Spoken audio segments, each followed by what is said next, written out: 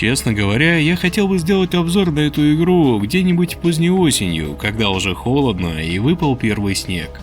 Ведь очень удачно совпало, что я познакомился с Parasite Eve именно тогда, в сезон морозного воздуха, чтобы в полной мере почувствовать эту зимнюю атмосферу.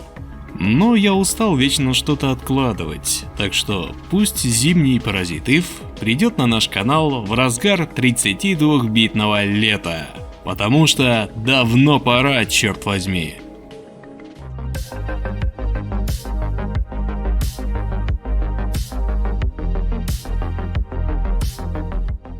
Когда типично новогодним фильмом назначают какой-нибудь советский фильм «Ирония судьбы» или американский «Один дома», это понятно. А вот когда на эту роль назначают какого-нибудь крепкого орешка, то это как-то странно. Кровавый боевик на Новый год? Тем не менее, вот.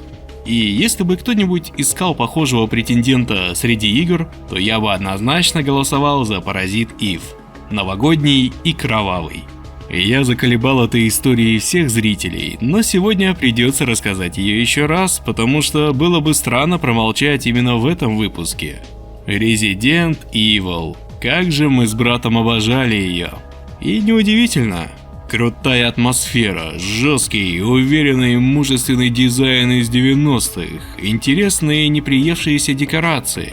И самое главное, великолепная исследовательская часть. Неспроста все самые лучшие игры всегда с исследованием, даже если это Doom. Это доказала еще Legend of Zelda в 1986 году.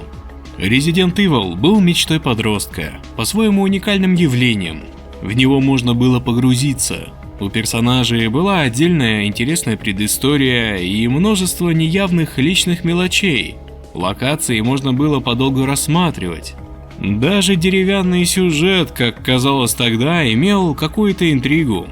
И еще на диске с Resident Evil 2 была галерея с потрясающими нарисованными от руки иллюстрациями.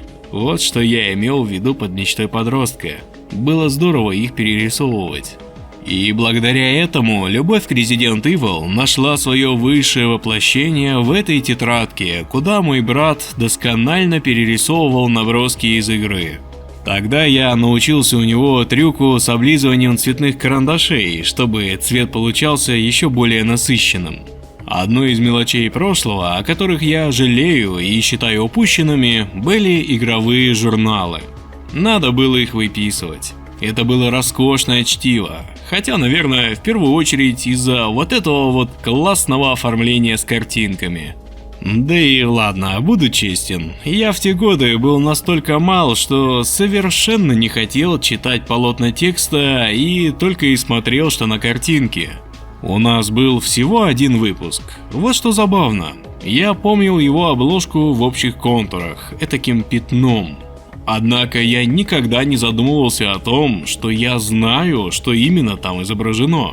Разумеется, как последний фантазер мог этого не знать? И когда настало время искать этот самый выпуск, я вспомнил те самые общие контуры и сразу сказал себе: мне нужен тот, на котором постер от Final Fantasy VII. Вот так удачно пригодилась любовь к финалкам. Мы обожали Resident Evil и хотели еще, слишком уж мало их было. Игрокам на ПК особо негде было разгуляться, когда дело касалось survival horror. И разумеется, статья про Parasite Eve в этом самом выпуске «Страны игр» пришлась как нельзя к месту. Ну, как к месту. Платформа Sony PlayStation. А у нас был только компьютер. Будь проклята эпоха эксклюзивов.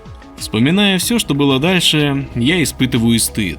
Ведь в обзоре на Parasite Eve было написано русским языком. Это японская ролевая игра.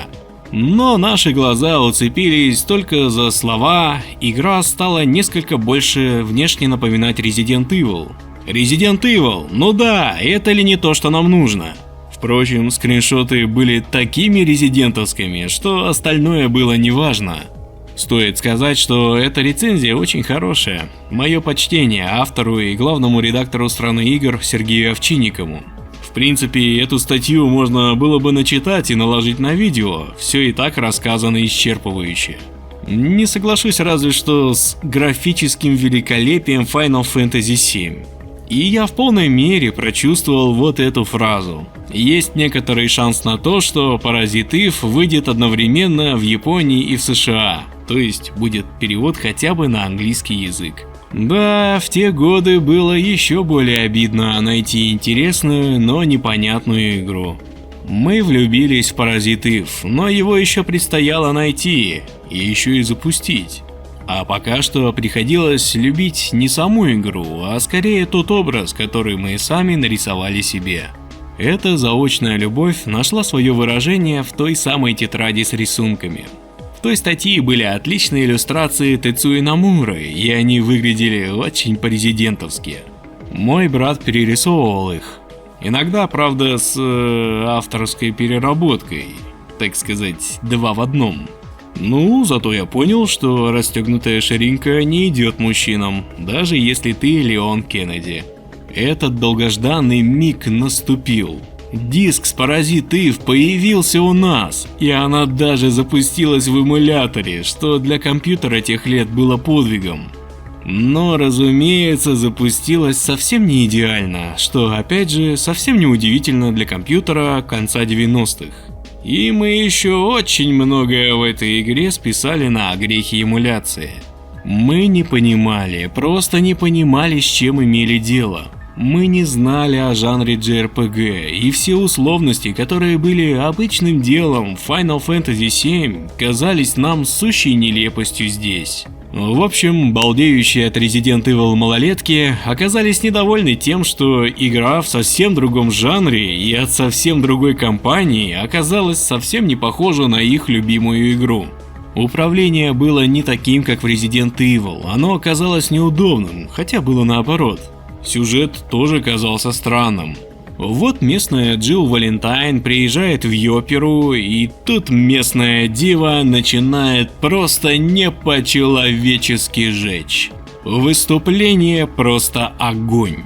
Зажгла публику, дала жару, выступила, так сказать, с огоньком, очень зажигательно. Всех просто бросила в жар, аж дым повалил. Устроила подгорание пердаков, вжарила по полной, пропекла, так сказать. В общем, обстановка накалилась до предела. Пришлось идти по горячим следам. Публика прямо-таки распалилась. Что тут скажешь? Как-то быстро ситуация вышла из-под контроля. К такому мы тоже не были готовы. И еще здесь не было озвучки, но мы списывали это на плохую эмуляцию. Никто, конечно, не задумывался, что в игре, где количество катсцен на порядок больше, чем в Resident Evil, никаких дисков не хватит на озвучку. Не задумывались мы об этом, потому что практически сразу забросили игру. Она казалась странной, да еще и тормозила в эмуляторе. В общем, в те годы Parasite Eve разочаровала нас. Прошли годы, и последний фантазер стал последним фантазером. 16-битные финалки открыли дверь в чудесный мир JRPG, а Final Fantasy VII и Final Fantasy VIII просто перевернули представление о том, какими должны быть игры вообще. И вот неизбежно наступил момент, когда я узнал, что Parasite Eve тоже является детищем Square. И в этот момент, когда позабытая игра всплыла из глубин памяти, откуда до этого никогда не поднималась, все стало понятно. Ну конечно же, ведь это же была JRPG, плоть от плоти полюбившихся финалок. Во многом это уникальный проект. Серия сама по себе очень небольшая, из-за чего создается обманчивое впечатление, что это некий второстепенный проект. Не в последнюю очередь потому, что даже режиссер Parasite Eve Такаси Такита очень заслуженный человек, между прочим, работал и над серией Final Fantasy и был режиссером Chrono Trigger. Так вот, даже он относится к этой игре как к некоему проекту, который он запустил и отдал на попечение другим командам. Но Parasite Eve по-прежнему остается великолепной игрой, уникальной геймплейно и стилистически. Темой нашего 32-битного лета является клевая жизнь в выдуманном мире. Но насколько клевой может быть жизнь в зимнем заброшенном Нью-Йорке, где хозяйничают мутанты? Да не насколько. Этот феномен заключается не столько в самом образе жизни или даже в окружающем мире, сколько в самом главном герое или героине. Например, Лара Крофт запомнилась мне не роскошной грудью, хотя куда уж без этого, а тем, с какой точностью, как отточенно она исполняла гимнастические фигуры. Идеально, академично, безукоризненно. Именно поэтому она и была такой клевой. Не важно, что она была девочкой, а я мальчиком. Мне безумно нравилась эта собранность, и я сам хотел быть таким же собранным. Именно это было на первом месте, а не агрессивная сексуальность. Именно это знакомое чувство возникает, когда в кадре появляется Ая Брея. Когда на посту дизайнера персонажей для Final Fantasy художника Йоситаку Амано сменил Тецуя Намура, я был не в восторге от его работ. Персонажи Намуры казались мне нелепо разодетыми, будто попугаи. В них не было того же воздушного настроения, как в работах Амано. Однако Паразит Ив показал мне, что Намура – многогранный художник с тонким чутьем, после чего мое отношение навсегда изменилось. Его дизайн великолепно вписывался в сюжет и в атмосферу игры и привнес тот самый уникальный флер. Мне очень нравится эта интересная двойственность. С одной стороны, здесь в дизайне Намуры нет ярких цветов и гиперболизированных персонажей. А с другой стороны, этот дизайн очень привлекательный эстетически и сразу располагает к себе. Для меня Ая Брея – это самое любимое творение Намуры. По словам самого художника, в своем нынешнем виде Ая получилась в результате путаницы. Продюсер Хиронобу Сакакути хотел, чтобы у Аи были длинные волосы по бокам, как у Айрис, и в то же время поступило задание сделать короткую стрижку. Это относилось к другому персонажу, однако Намура решил, что эти противоречивые требования относились именно к Ае. Что ж, если на стол Сакагути легли именно эти или похожие иллюстрации, то неудивительно, что Ая Брея получилась именно такой и ничего не стали переделывать. Намура называет Аю сексуальной и пленительной. Но когда я смотрю на эти иллюстрации, даже самые откровенные, мне в первую очередь приходит на ум слово «строгая». При всей своей красоте Ая получилась настолько идеально правильным воплощением женщины-полицейского, насколько это возможно. В той Ае, которая предстала пред нами в самом первом Паразит Ив, была та самая собранность, которая и располагала к себе. Все в ней было совершенно, безукоризненно. Одежда, прическа, осанка. Неважно, если ты парень, тебе все равно хочется быть таким же безукоризненным. А раз уж Ая такая клевая, то и все приключения у нее тоже клевые. И ты тоже хочешь быть частью этой ее клевой жизни. Но гораздо интереснее здесь то, что у Паразит Ив имелась первооснова. Возможно, мои познания в JRPG не так полны, но я не припомню ничего подобного в жанре. На PlayStation 2 выходила JRPG по Властелину колец. Но, во-первых, это все же игра по фильму, что уже более привычно, а во-вторых, она тоже является исключением из правил. И я не знаю больше JRPG, которые делали бы по книгам. Надеюсь, что я не прав, и зрители подскажут мне еще какие-нибудь примеры. В основу игры лег японский роман ужасов Паразит Ив. Это, кстати, избавило меня от мучительных раздумий, как же переводится это название. Раньше я думал, что это игра слов. Есть же рождественский сочельник, Christmas Eve, и в игре как раз рождественское время. И еще, конечно, это митохондриальная Ева, псевдонаучная утка о женщине, от которой все люди на Земле унаследовали митохондриальную ДНК. Так что Паразит Ева – это просто отсылка к митохондриальной Еве, но с достаточно вольной интерпретацией. По сюжету романа, митохондрии в клетках имеют собственное сознание, отдельную личность, ту самую паразитку Еву, которая кочует из одного тела в другое. Роман начинается с того, что молодая девушка Кийоми попадает в автомобильную аварию со смертельным исходом. Врачи уговаривают родственников девушки пожертвовать тело на органы. Муж Кийоми, врач Тосиаки, от отчаяния впадает в помешательство. Он намерен что-то сделать с клетками печени жены. Что именно, поначалу непонятно. Но уже скоро по ходу повествования становится ясно, что автомобильная авария произошла не случайно. Митохондрии Кийоми, которые живут своим собственным сознанием, и это сознание зовут Ева, та самая митохондриальная Ева, вынудили девушку разбить машину. Равно как и помешательство Тосиаки – это вовсе не помешательство. Ева способна воздействовать на сознание людей и внушать им то, что нужно ей. Целью Евы является выведение некоего идеального сверхчеловека. По каким-то только ей понятным параметрам она избирает новым носителем девушку Марико, поскольку та нуждается в пересадке почки, и именно Марико пересадит почку Кийоми. Поскольку это весьма самобытный роман, да еще и из немногих доступных даже на русском языке, то я, пожалуй, так и остановлюсь на завязке сюжета. Для того, кто любит серию «Паразит Ив», будет большим подарком обнаружить такую книгу, да еще и с возможностью с ней ознакомиться. Вдруг среди зрителей еще найдутся те немногие, которые об этом не знают. Интересно, что автор романа Хидеаки Сена по профессии фармацевт, то есть человек с высшим медицинским образованием. Это наложило своеобразный отпечаток на роман, и не всегда это было хорошо. Дело в том, что повествование ведется в основном в медицинской области. И даже можно сказать, что в узкоспециализированной области. Больше всего внимания уделяется процессу хирургической операции, пересадки органов или взаимодействию клеток. Сама по себе идея о самостоятельном сознании митохондрии любопытна, но когда она преподносится вот так, то интересной она будет скорее только специалистам, а не простым обывателям вроде нас с вами. Если говорить проще, то роман скорее предназначен для врачей и, наверное, больше впечатлит их. Зато после прочтения романа мне стало понятно, зачем в игре вообще нужен японский ученый Маэда, который, как мне казалось, резко выделялся из общего окружения.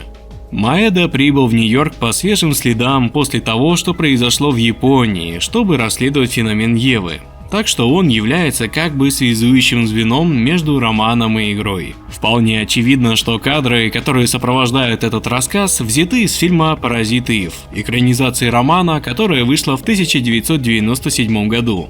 Фильм не окупился, однако лично я оказался очень доволен им, хотя и не ожидал чего-то приличного. Однако кино оказалось прекрасным.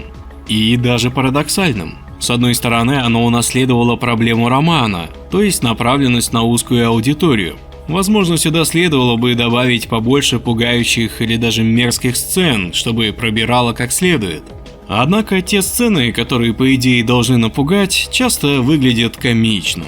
С другой же стороны, даже так, постановка настолько хороша, что смогла это сгладить. Можно даже сказать так, сценарий переработан именно так, чтобы сохранить идею романа, но не смотреться скучно на экране. И финал в кино даже более трогательный, чем в книге. Можно пожалеть, что фильм не окупился, но, как мне кажется, свое влияние на зрителя он все же возымел. Недаром же появилась целая игра, хотя никто и не принуждал к этому. А значит, нашлись те, кто оценил этот фильм. Такую экранизацию можно пожелать каждому роману. А еще первое, что меня задело при просмотре, это очевидное сходство саундтрека в фильме с саундтреком в будущей игре. И такое внимание к деталям со стороны композиторши Йоко Синамуры очень радует.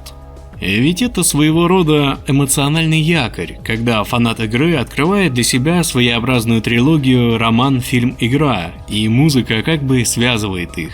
В общем, источник весьма любопытный, но и своеобразный, что называется, не для всех. Тем не менее, такой сюжет, конечно, с определенными дополнениями, идеально вписался бы в очередной Resident Evil. И, честно говоря, я вообще не испытываю стыда за то, что мы с братом когда-то не поняли Паразит Ив и относились к нему как к очередному подражателю Resident Evil. Ведь даже названия у них звучали похоже. Паразит Ив, Resident Evil. Но это, конечно, чистой воды совпадение. Во-первых, в Японии Resident Evil всегда назывался Biohazard, а во-вторых, роман Паразит Ив был опубликован еще за год до выхода Resident Evil. Ну а что касается всего остального, то уж извините, но что в романе, что в кино не было мутантов. И не было этого забавного подражания американским фильмам, как в Resident Evil.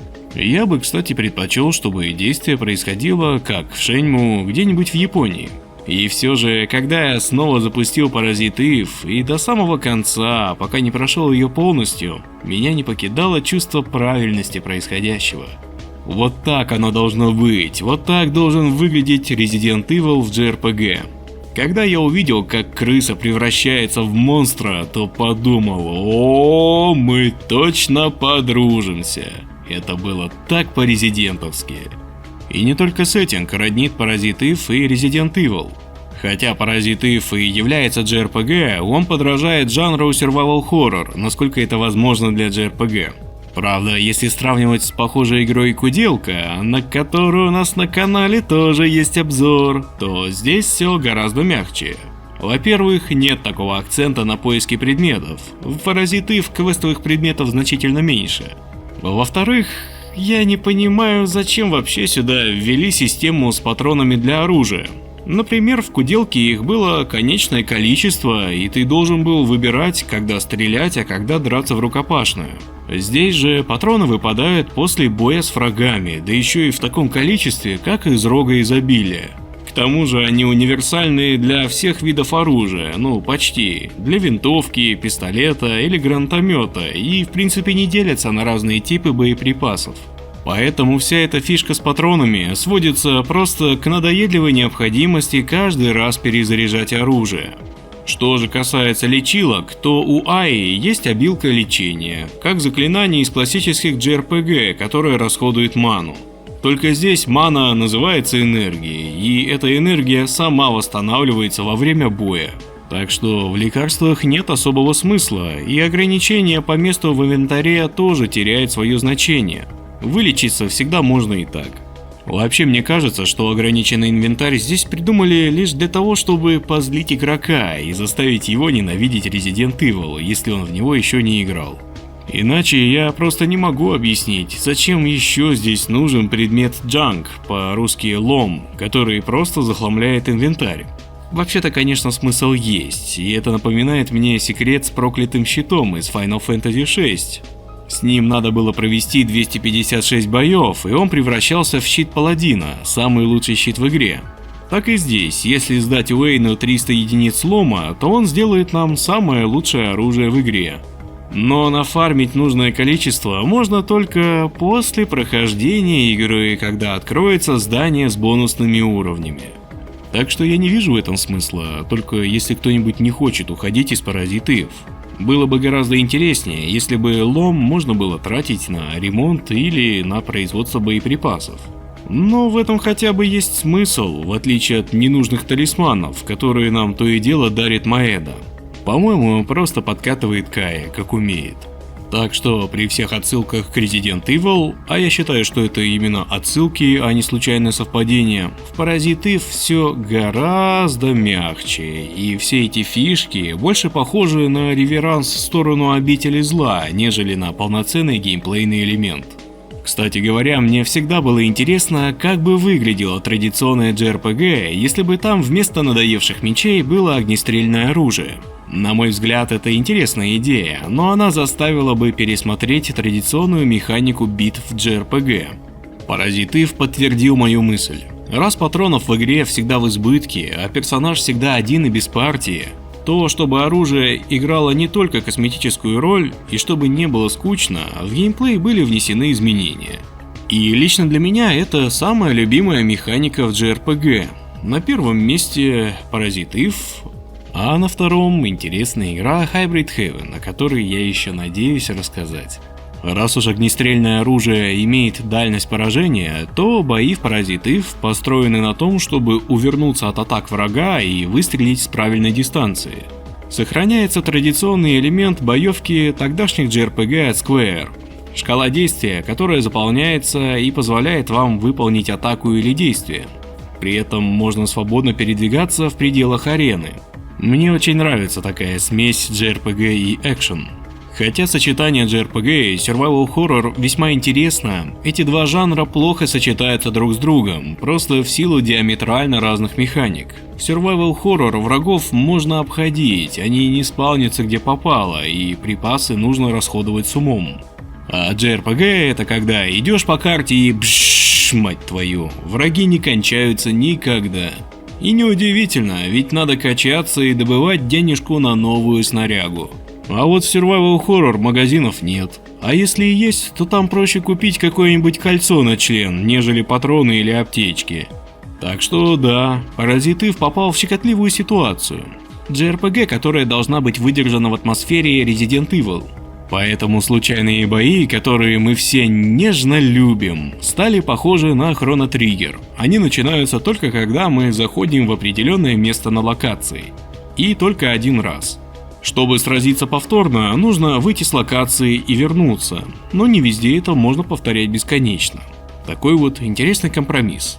Мне кажется, в Chrono Trigger, когда врагов было видно заранее, это выглядело более симпатично. Parasite Eve стала привлекательной лично для меня именно благодаря вот такому сочетанию. Оставаясь ортодоксальной JRPG, она, тем не менее, имела ряд интересных нововведений. А еще Resident Evil в те годы была настолько хороша, что не стыдно было ей подражать. Серия Parasite Eve не стала огромной, но, смею думать, это пошло ей на пользу, ведь таким образом в ней не оказалось ни одной плохой игры. Да, третья часть, Third Birthday, вышла очень спорной, но спорной лишь потому, что эти прыжки в прошлое и перемещения по воспоминаниям совсем не вписывались во вселенную, где главным злом была митохондриальная Ева. Вы уж определитесь, либо биология, либо путешествие во времени. Ну а по атмосфере и геймплею это все равно была прекрасная игра, которую мне повезло заполучить на физическом носителе. Вот таким он оказался. Казалось бы, очередной классный проект из классной эпохи Square, но все же потерявшийся в тени более крутых старших братьев. А может, вовсе не потерявшийся.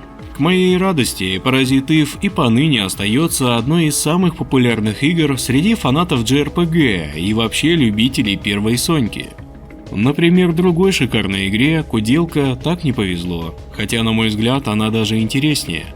Parasite Eve очень показательна во всем. Настоящее дитя своей эпохи. Подчеркнутый шик в дизайне, подчеркнута крутая главная героиня, богатое наполнение. Есть много других игр, которые можно сделать символом золотого века Square, но я бы выбрал Parasite Eve, потому что лучше уже не будет. Если вам хочется еще обзоров, то приглашаю вас на канал Радио Последнего Фантазера.